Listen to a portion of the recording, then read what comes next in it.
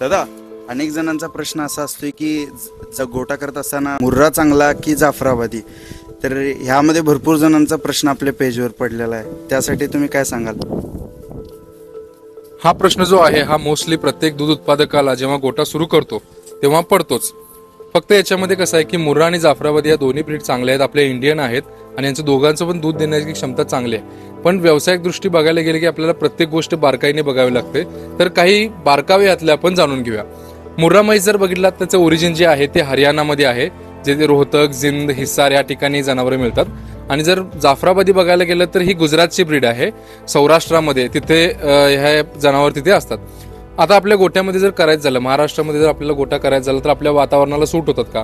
तर बघायला गेलं मुर्रा म्हैस आपल्या भागामध्ये चांगली सूट होते. आणि जर जाफराबादी म्हटलात तर त्यांना अति आर्द्र हवामान म्हणजे जास्त मॉइश्चर असलेलं हवामान त्यांना चालत नाही.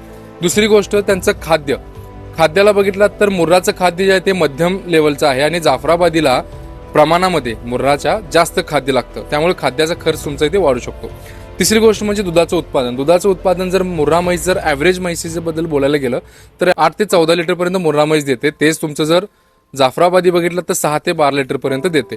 त्याच्यामध्ये गोठ्यामध्ये जर बांधतानाची जागाचा जर विचार केला, मुर्रा म्हैसीची शिंगा असतात ती गोल असतात, डोक्याच्या अलगद असतात. पण जाफराबादी बघायला गेला तर अंगाने धिप्पाड असतात आणि त्यांचं शिंग असं लांबून असतं, त्यामुळे एकमेकाला इजा होण्याची शक्यता जास्त असते.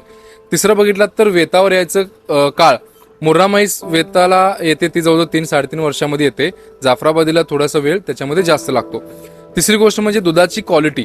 दुधाच्या क्वालिटीमध्ये जर गेला तर इथे जाफराबादी म्हैस जी आहे ती मुर्रा म्हशीला थोडी मागे टाकते, कारण फॅटचं प्रमाण जर बघायला गेलं जाफराबादीमध्ये फॅट तुम्हाला मुर्रापेक्षा 2 पॉईंटने जास्त भेटू शकतं.